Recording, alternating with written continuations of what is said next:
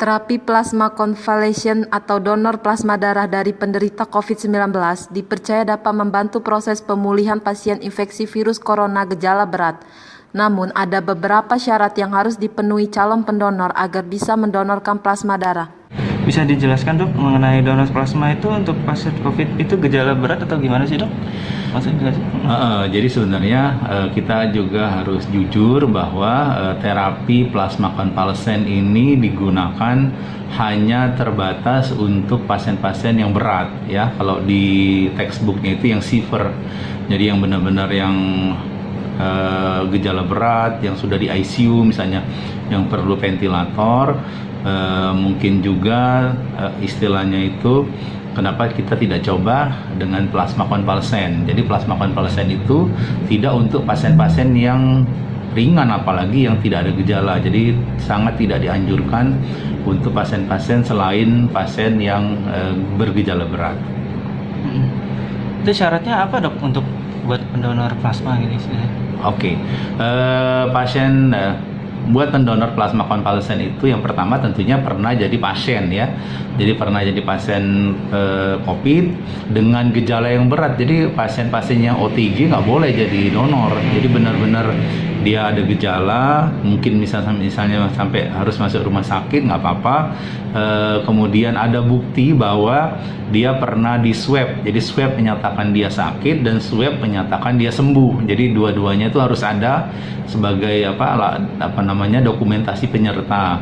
Yang kedua, dia juga nggak boleh terlalu cepat setelah masa penyembuhan. Jadi di buku disebutkan dan disyaratkan juga di kita, paling cepat yang donor itu 2 minggu setelah dia sembuh. Jadi setelah PCR-nya negatif, dia sembuh, nah itu 2 minggu kemudian dia baru boleh donor.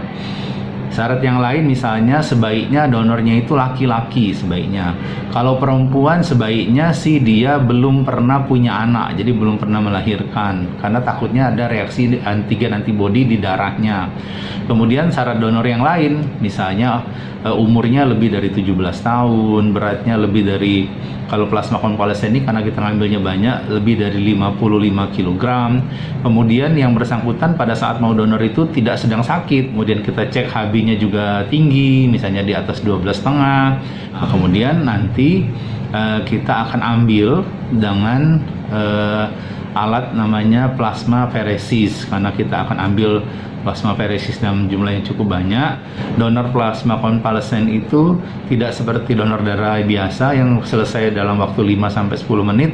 Ini bisa sampai setengah jam sampai 1 jam. Sebelumnya kalau pengobatan dengan transfusi donor plasma itu sudah terbukti klinis atau bagaimana dok?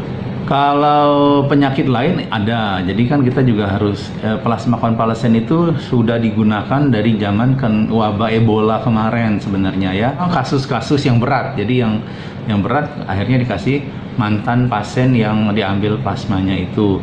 Nah kalau ditanya COVID sebelumnya kan karena belum ada, jadi memang sekarang itu ongoing riset jadinya ya. Tapi kami membantu pasien yang minta plasma konvalesen. Ada yang saya ingat, yang pertama ada pasien di ICU, kemudian kita kasih plasma konvalesen, dikirim dari Jakarta 2 kantong. Nah, alhamdulillah sembuh dan sekarang sudah keluar dari rumah sakit, sudah beraktivitas lagi. Ada dampak serius nggak sih dok? Misalkan kayak HIV itu kan kalau misal donor darahnya bisa menularkan yang lain gitu dok. Nah, makanya kan donor plasma konvalesen ini selain tadi yang syarat-syarat yang tadi ya yang disebutkan di awal, ditambah juga nanti akan di screening seperti donor biasa. Akan diperiksa HIV, sifilis, hepatitis B, hepatitis C, golongan darahnya akan diperiksa, kemudian akan diperiksa cross matching namanya, antara darah donor sama darah pasien itu kita coba dulu ditabung.